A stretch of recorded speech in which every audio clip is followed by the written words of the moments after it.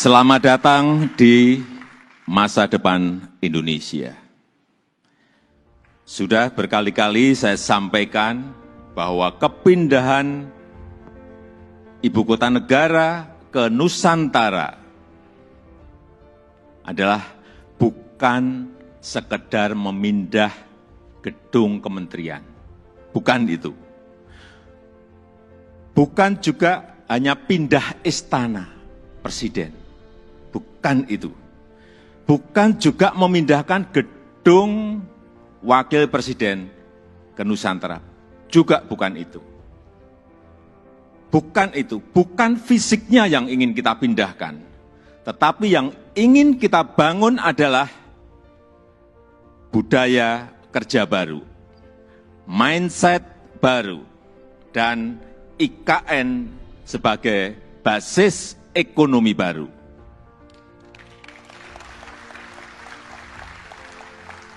Indonesia sebagai negara besar harus berani melangkah, harus berani memiliki agenda besar, berani punya agenda besar. Dan ini untuk kemajuan negara kita, untuk kemajuan bangsa. Dan jika kita tidak berani transformasi dari sekarang sampai kapanpun, kita akan sulit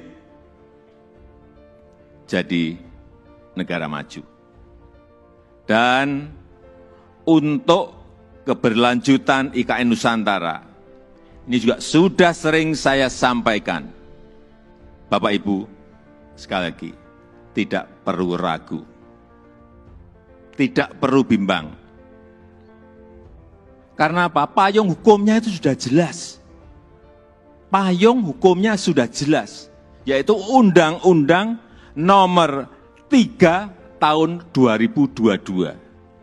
Dan itu, ini juga kita harus tahu semuanya, itu sudah disetujui 93% dari fraksi-fraksi yang ada di DPR. Loh, kurang apa lagi? Kalau ada yang masih belum yakin, kurang apa lagi? Nanti sampaikan, kurang apa lagi? Jadi sekali lagi, sudah tidak perlu lagi untuk dipertanyakan. Ini ada Ketua MPR ada di sini, Pak Bambang Susatyo juga. Kembali lagi, kita ingin menghadirkan pembangunan yang Indonesia sentris, bukan Jawa sentris. Karena Indonesia ini bukan hanya Pulau Jawa. Indonesia ini memiliki 17.000 pulau, 514 kabupaten dan kota, 34 provinsi, yang terbentang dari Sabang sampai Merauke, dari Miangas sampai Pulau Rote.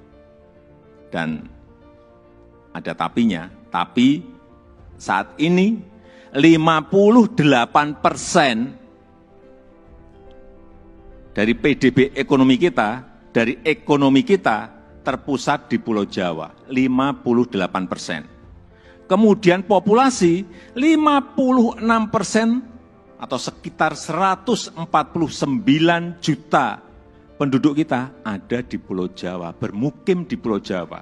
Betapa Pulau Jawa ini sangat terbebani dengan jumlah yang sangat besar itu.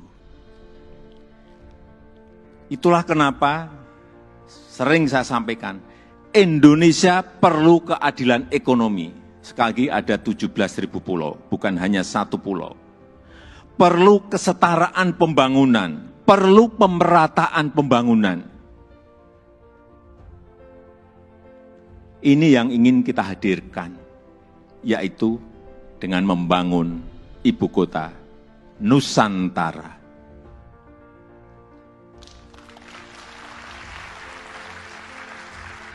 Nusantara adalah kota pintar masa depan yang berbasis hutan dan alam. Belum ada di dunia, belum ada. Tolong dicarikan, belum ada. Ini yang membedakan, ini yang nanti menjadi diferensiasi ibu kota kita dengan ibu kota negara-negara lain. 70% areanya nanti adalah area hijau.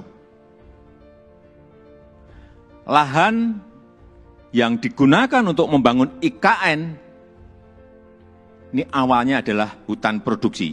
Jangan ada yang keliru bahwa ini hutan alam, bukan. Hutan produksi. Monokultur, artinya di situ hanya ada satu jenis pohon. Dan saya tahu betul pohonnya itu apa. Pohon eukaliptus yang dipakai untuk pulp. Dan ditebang setiap 6-7 tahun. Jangan ada nanti isu merusak hutan. Itu hutan produksi yang setiap 6 tahun, 7 tahun ya ditebang. Ini yang kita ingin kembalikan, justru nantinya ingin kembali jadi hutan heterogen dengan pohon asli dan endemik dari Kalimantan. Sehingga kita harapkan nanti menjadi hutan hujan tropis lagi, tropical rainforest lagi di Kalimantan. Untuk itu, yang kita siapkan pertama kali di sana adalah pusat persemaian yang sudah mulai kita bangun di bulan Juni 2022.